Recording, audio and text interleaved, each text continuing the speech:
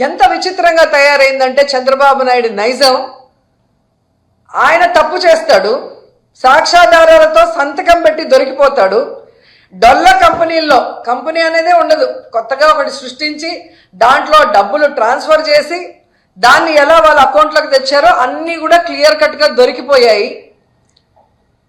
Skill development స్కామ్లో ED కూడా కొంతమందిని అరెస్ట్ చేసింది, కొంతమంది ఆస్తుల్ని అటాచ్ చేసి అవినీతి జరిగింది అని ప్రూవ్ కూడా చేసిన తర్వాత నాకు కన్ను బాగలేదు, ముక్కు బాగలేదు, కిడ్నీ బాగలేదు, వయసు అయిపోయిందని దొంగ తిరుగుడు చెప్పి బెయిల్ తీసుకొని బయటకు వచ్చి ఏదో తాను తప్పు చేయనట్టుగా ఆ కేసుని ముందుకు నడిపించకుండా ఎలా ఆపేశాడో అందరూ చూశారు.